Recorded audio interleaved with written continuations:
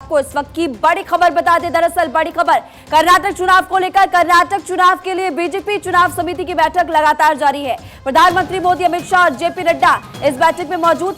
आज 200 उम्मीदवारों के नाम फाइनल हो सकते हैं, यानी कि आज पार्टी फाइनल कर सकती है नाम। प्रधानमंत्री मोदी, अमित शाह, जेपी नड्डा इस बैठक में मौजूद। इस वक्त की बड़ी खबर लगातार हम आपको बता रहे हैं। आज 200 उम्मीदवारों के नाम फाइनल कर सकती है पार्टी। कर्नाटक रण के लिए बीजेपी लगातार तैयारी कर रही है। 200 उम्मीदवारों के नामों पर इस वक्त मंथन अंदर चल रहा है, चर्चा चल रही है। कर्नाटक रण के लिए बीजेपी का मंथन लगातार जारी। कौन कौन इस बैठक में शामिल, लगातार हम आपको बता रहे हैं। खुद प्रधानमंत्री नरेंद्र मोदी इस बैठक में शामिल है। उधर बीजेपी राष्ट्रीय अध्यक्ष जेपी नड्डा भी इस बैठक में मौजूद। केंद्रीय गृह मंत्री अमित शाह भी इस बैठक में मौजूद है। और आज तमाम कांग्रेस, माफ कीजिएगा, इस एक तरफ जहां कांग्रेस पार्टी मंथन करी, वहीं दूसरी तरफ बीजेपी भी लगातार मंथन कर। यहां पर चर्चा चल रही है कि आज जो 200 उम्मीदवार है उनके नाम फाइनल हो जाए। प्रधानमंत्री मोदी, अमित शाह, जेपी नड्डा इस बैठक में मौजूद। 200 उम्मीदवारों के नामों पर इस वक्त चर्चा चल रही है। चुनाव बहुत नजदीक, और इसी बीच आपने वो तस्वीरें भी देखी थी जो हाल फिलहाल में खुद प्रधानमंत्री नरेंद्र मोदी कर्नाटक का दौरा करने के लिए निकले थे। और उसके अलावा केंद्रीय गृह मंत्री अमित शाह भी कर्नाटक दौरे पर थे। और किस तरह से वहां पर लोगों का हुजूम उमड़ा था, बीजेपी कार्यकर्ताओं में जोश था। इसी बीच अब 200 उम्मीदवारों के नाम आज फाइनल हो सकते हैं, बड़ी खबर फिलहाल मिल रही है। खुद प्रधानमंत्री नरेंद्र मोदी यहाँ पर मौजूद है, केंद्रीय गृह मंत्री अमित शाह, उधर बीजेपी राष्ट्रीय अध्यक्ष जेपी नड्डा भी इस बैठक में मौजूद है। और कर्नाटक चुनाव के लिए बीजेपी यहाँ पर मंथन कर रही है।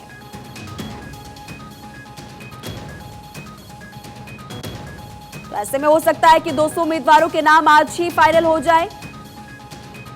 आनंद हमारे संवाददाता इस खबर पर और ज्यादा जानकारी विस्तार से देंगे। आनंद, कर्नाटक चुनाव के लिए बीजेपी चुनाव समिति की बैठक लगातार जारी, जिसमें कि प्रधानमंत्री मोदी, अमित शाह, जेपी नड्डा और कौन कौन इस बैठक में शामिल, ये भी बताइए। और ये भी जानकारी दीजिए कि आज उम्मीदवारों का जो नाम है वो फाइनल इस बैठक के जरिए हो सकता है।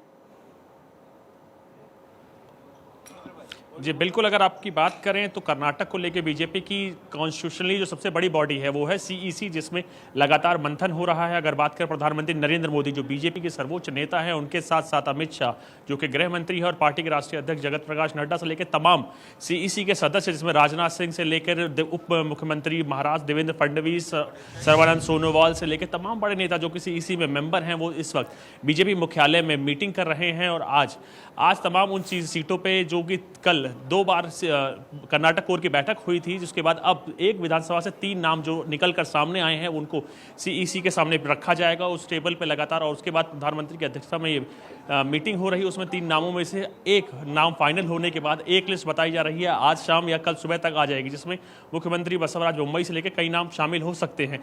तो इस मीटिंग की अगर बात करें कर्नाटका को लेकर, ये फाइनल और सबसे बड़ी या पावरफुल मीटिंग है जो कि बीजेपी मुख्यालय में चल रही है। जी, हालांकि आनंद, सूत्रों के हवाले से भी जानकारी मिल रही थी जो सिटिंग एमएलए है, सिटिंग विधायक है, उनकी टिकट यहां पर कटते हुए नजर नहीं आएंगे। इसके बारे में पुख्ता जानकारी मिल पाई है क्या? जी, अगर बात करें कर्नाटका तो कर्नाटका में बीजेपी लगातार 2 गुटों में बढ़ती चली जा रही थी। अगर बात करें वाईएस येदियुरप्पा और उसके साथ साथ जो मुख्यमंत्री वर्तमान में हैं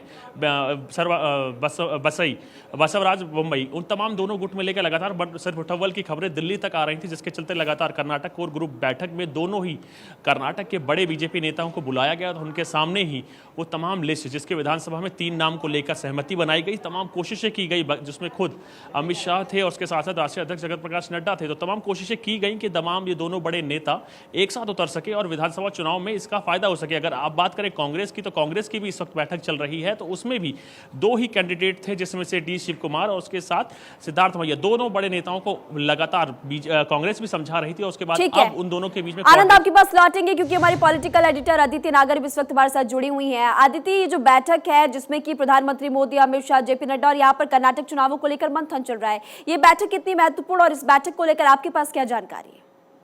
ये बैठक बहुत महत्वपूर्ण है भारतीय जनता पार्टी के लिए। वैसे ही ये बात अलग है और अक्सर कही जाती है कि भारतीय जनता पार्टी जो है वो पार्षद के चुनाव को भी इतना महत्वपूर्ण लेती है, लेकिन जहां पर भारतीय जनता पार्टी ने 160 सीटों का टारगेट देश में 2024 के लिए रखा है, वहां पर साउथ उसमें से लगभग बहुत ज्यादा मात्रा की सीटें हैं जो साउथ से, क्योंकि भारतीय जनता पार्टी नॉर्थ में अपना सबसे बेहतर, सबसे हाईएस्ट अच्छा प्रदर्शन दिखा चुकी है। तो ये जो विधानसभा चुनाव है, इसमें सरकार को रिपीट करके लाना और वो एक बार हम एक बार तुम के मिथ को तोड़ना, हम को तोड़ना, दूसरा जो येदियुरप्पा वाला जो फैक्टर अपने हाल ही में कर्नाटक होके आई, तो वहां पर देखिए फैक्टर समझता है। पहला, येदियुरप्पा के समर्थक ये सोचते हैं कि ये डेकोरेटिव पोस्ट दी गई है, पहले उनको साइड में किया गया करप्शन चार्ज की, लेकिन अब डेकोरेटिव पोस्ट। लेकिन वही अमित शाह उनके बेटे से माला पहनी, चीजों को मेंट करने की कोशिश की गई। आज इस बैठक में येदियुरप्पा भी हैं, तो भारतीय जनता पार्टी के लिए चुनौती बहुत ज्यादा है और लक्ष्य एक ही है कि चुनाव रिपीट करना है। अब आज के दिन जैसे गुजरात के तर्ज पे सीटें काटने वाला जो मसला है वो एक बड़ा सवाल है, और इसके अलावा बसपा को भी उतारा जा रहा है मैदान में, जो कांग्रेस को कितना नुकसान करती है।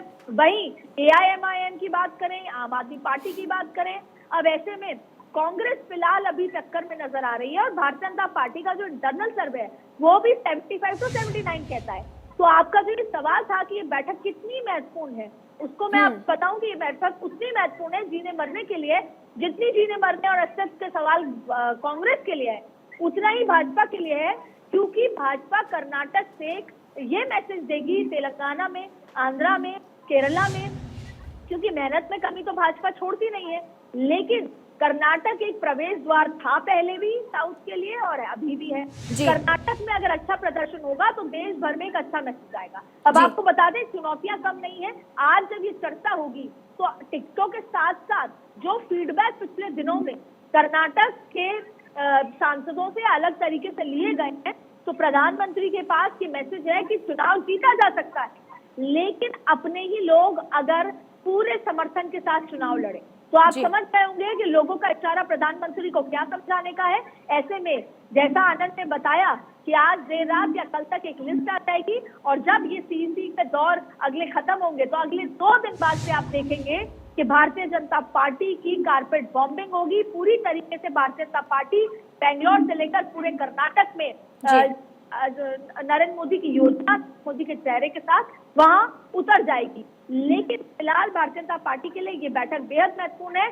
टिकट आज एक सर्वे पर भी चर्चा हो रही है जो अभी लेटेस्ट सर्वे है, और इसके साथ साथ नुकसान को कैसे मेंट किया जाए और जो निर्दलीय उम्मीदवारों को कैसे उतारा जाए जिससे वोट का बैलेंस किया जाए। जहां तक ये सवाल है कि गुजरात से तर्ज पर क्या टिकट कटेंगी, तो सोच समझ का होगा, लेकिन लक्ष्य एक ही है कि जिताऊ कैंडिडेट हो, लेकिन जिसका टिकट काटा जाए। पिछली जैसे हिमाचल चुनाव में खुद प्रधानमंत्री मोदी ने फोन करके कहा था एक कार्यकर्ता, एक नेता को जो चुनाव लड़ रहे थे कि आप बैठ जाइए, ठीक वैसे ही कोई और नेता उसको नुकसान ना करे, इस सबका भी ध्यान रखा जाएगा। और चुनाव की बैठक बेहद महत्वपूर्ण है। ठीक है, ये बैठक बहुत महत्वपूर्ण है। आपने बहुत ही विस्तार से जानकारी देती थी, बहुत बहुत शुक्रिया जानकारी देने के लिए। आनंद, आपका भी बहुत बहुत शुक्रिया जानकारी देने के लिए। फिलहाल इस बड़ी बैठक पर आप नजर बनाकर रखिएगा, आपसे आगे भी जानकारी ले लेंगे।